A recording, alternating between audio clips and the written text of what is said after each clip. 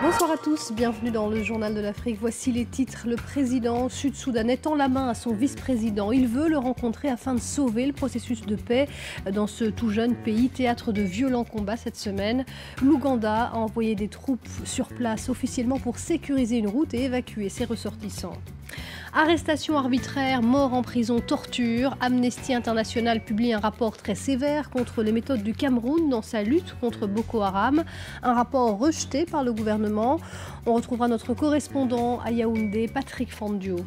Et puis on démarrera ce jeudi notre série de l'été consacrée à la gastronomie africaine. Ce soir, direction la Centrafrique où c'est la saison des chenilles. Vous apprendrez comment faire le yabanda des Makongos dont raffolent les Banguissois. La diplomatie en marche au Soudan du Sud après les affrontements de vendredi à lundi qui ont fait des centaines de morts, les affrontements les plus meurtriers depuis le début de la guerre. Une délégation de l'Union africaine s'est rendue sur place à Djouba alors que le vice-président, lui, a quitté la capitale craignant pour sa vie. L'Ouganda, allié traditionnel du président, a envoyé des troupes dans le pays. Le récit de Nicolas Germain. Une fois encore, l'Ouganda intervient lors d'une crise chez son voisin sud-soudanais. Des centaines de soldats ont traversé la frontière. L'objectif officiel est d'évacuer les 3000 Ougandais qui sont bloqués à Djouba. Notre mandat, tel qu'il a été défini avec le gouvernement du Soudan du Sud, est de rapatrier les Ougandais. Mais j'imagine que nous allons trouver des personnes d'autres pays, peut-être même des Soudanais du Sud qui voudront venir avec nous. Dans ce cas, nous les prendrons avec nous. La mission est censée durer 2 ou 3 jours, mais des responsables ougandais ont laissé entendre que leur armée pourrait rester plus longtemps. Lors de la guerre civile qui a éclaté fin 2013, l'Ouganda avait envoyé des troupes dans le pays et apporté un précieux soutien au président Salva Kiir. Celui-ci s'est exprimé ce jeudi au sujet de son rival Riek Machar qui a quitté Djouba. Salva Kiir a parlé depuis le palais présidentiel, encore marqué par les affrontements de la semaine dernière. Je veux que Riek Machar, le premier vice-président de la République, soit près de moi, pour que nous allions de l'avant. Je lui ai parlé ce matin, je lui ai demandé de venir ici, mais c'était difficile pour lui d'accepter.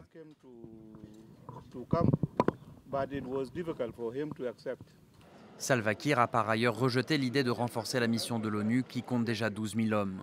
À ses côtés, l'envoyé spécial de l'Union africaine, l'ancien président malien Alpha Oumar Konaré. L'ONU s'est-elle dit inquiète de la possible reprise des violences dans différentes régions du Soudan du Sud. Ce drame non encore élucidé au Kenya. Un policier a tué 7 de ses collègues. Ça s'est passé dans un poste de police de l'ouest du pays. L'homme, dont on ignore encore les motivations, s'est fait abattre au terme d'un siège qui a duré près de 10 heures.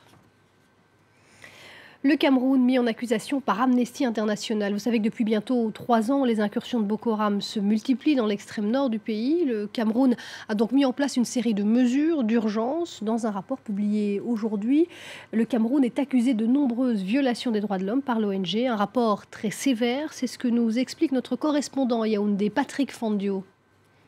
Oui, disons tout d'abord, Pauline, que c'est un rapport qui était extrêmement attendu ici au Cameroun par les autorités civiles et militaires qui ont permis aux enquêteurs d'Amnesty International d'aller sur le terrain, de se rendre dans la région de l'extrême nord du pays, de recueillir des témoignages, de rendre visite à des autorités administratives, voire même d'assister à des procès. L'Organisation de défense des droits de l'homme reconnaît d'ailleurs que le Cameroun s'est plutôt globalement montré coopératif, ce qui n'empêche pas de dresser un catalogue d'accusations particulièrement graves contre les forces de sécurité camerounaises dans leur lutte contre Boko Haram. Cela va des détentions arbitraires à des arrestations massives, des cas d'humiliation, de mauvais traitements, des morts en prison et des cas de torture documentés par Amnesty International qui met particulièrement l'accent sur la justice et notamment la justice militaire qui se montrerait expéditive vis-à-vis de ceux qui sont tout simplement soupçonnés d'être membres de Boko Haram. Écoutez d'ailleurs ce que disait à ce propos ce matin en conférence de presse Samira Daoud qui est directrice régionale adjointe d'Amnesty International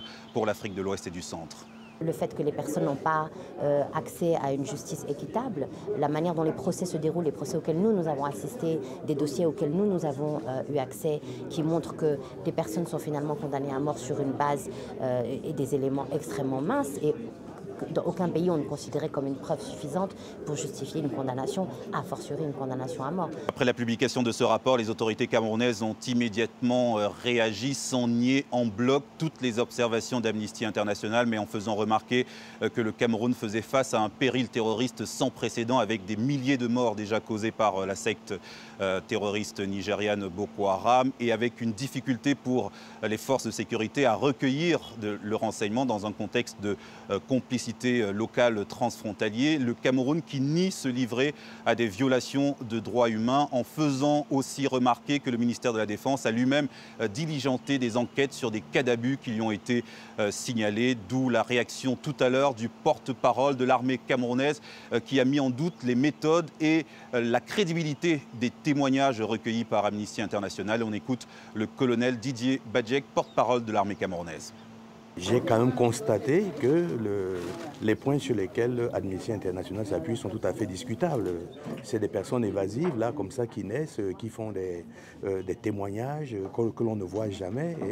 Et je pense que c'est une façon de voir, c'est un regard à géométrie variable. Accueilli par Patrick Fondio, notre correspondant à Yaoundé. Un nouveau bilan après les violences de mardi dans le nord du Mali à Gao. 4 personnes sont mortes lors d'une manifestation de jeunes dénonçant une disposition de l'accord de paix.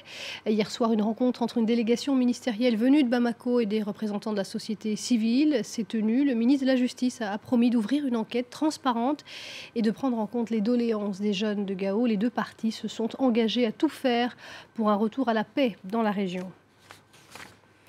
Il parcourt inlassablement les rues de Kinshasa, membre du Front citoyen 2016. C'est l'une des principales plateformes de l'opposition. Ils veulent inciter les Congolais à refuser toute dérive anticonstitutionnelle du pouvoir en place. En clair, ces militants veulent que la présidentielle ait bien lieu, comme prévu par la Constitution à la fin de cette année. Regardez le reportage de Thomas Nicolon. Une véritable armée de volontaires. Le Front citoyen 2016 a réuni plus de 400 jeunes rien qu'à Kinshasa. Munis de prospectus, ils sensibilisent à certains articles de la Constitution. Les Kinois semblent apprécier. Lorsqu'il y a des articles que les gens ne comprennent pas, il y a une frange de personnes qui peuvent se passer en route pour faire comprendre aux gens la Constitution de leur pays. C'est normal. Je trouve ça normal que les gens puissent savoir ce qui est contenu dans leur constitution. Bonjour, papa. L'initiative a débuté le 8 juillet dernier dans 10 villes du pays. Parmi les articles de la Constitution mis en avant, le numéro 64 qui autorise les Congolais à faire échec à toute tentative de renversement du régime constitutionnel. Le souci, c'est de sensibiliser, de mobiliser la population pour qu'elle se prenne en charge au cas où le régime en place ou le pouvoir voudra violer la Constitution. Selon la majorité, cette initiative est contre-productive. Elle aurait pour but de diviser les Congolais et de les inciter à la révolte. Ça ne sert à rien de démarcher un article ou un autre en fonction de ses intérêts particuliers, probablement inavoués, et essayer d'abuser de la bonne foi de la population pour les inciter à la désobéissance publique, à perturber l'ordre public. En RDC, le flou continue de régner autour de la tenue du scrutin de cette fin d'année. Mais élection présidentielle ou pas, l'opposition congolaise est bel et bien en campagne. Le président soudanais Omar el-Béchir est le bienvenu au Rwanda. C'est la ministre rwandaise des Affaires étrangères qui l'a déclaré aujourd'hui, à 3 jours du début du sommet de l'Union africaine à Kigali. Le Rwanda n'a pas ratifié les statuts de Rome, fondateur de la CPI, et n'a donc aucune obligation ni aucun droit d'arrêter Omar el-Béchir, recherché, je vous le rappelle, par la Cour pénale internationale. C'est ce qu'a conclu la ministre des Affaires étrangères. Et c'est l'heure de notre série de l'été. Tous les jeudis, nous vous proposerons un tour d'Afrique gastronomique, les spécialités culinaires originales ou ancestrales, plats en sauce, grillades, en bord de route ou au maquis. Nous allons faire voyager vos sens le temps d'un reportage. Et voici le premier volet. Il nous emmène aujourd'hui en Centrafrique déguster des chenilles.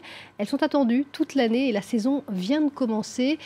Édouard Dropsy s'est régalé, regardez. Comme tous les dimanches, Lily se rend au marché. Elle va préparer un repas très prisé ici en Centrafrique, le yabanda de Makongo. Quand la saison des pluies arrive, on sait bien que les chenilles de la brousse ne vont pas tarder à garnir des assiettes. Et à Bangui, on en raffole. C'est que même si c'est à midi, si c'est le matin, même à 4 h du matin, je suis à côté de la table pour manger mon chenille avec appétit, avec du courage même. Mais pour les préparer, c'est tout un art. D'abord, choisir des chenilles bien charnues. Je dois laver le chenille pour que les feuilles qui est dedans, je dois enlever pour être bien propre. Je coupe le chenille, je mets dans la marmite. Cette étape permet de les vider et de les rendre comestibles. Rajouter les oignons, le coco qui relève le goût et laisser mijoter 30 minutes. Pour Lily, hormis les qualités gustatives, ce plat est très bon pour la santé. En ce moment, c'est la saison de chenille. Chez nous, en Centrafrique, chaque année, le chenille va venir. On va tous manger parce que c'est bien, c'est nourrissant. Dans le chenille, nous avons des vitamines. On mange le chenille, vous avez des forces. Certaines variétés de chenilles contiennent effectivement plus de protéines, lipides ou de minéraux que le bœuf ou le poulet. Alors, si c'est bon pour la santé et les papilles, pourquoi se priver ? Et bon appétit à vous si vous passez à table. C'est la fin de ce journal. Restez avec nous, l'info continue sur France 24.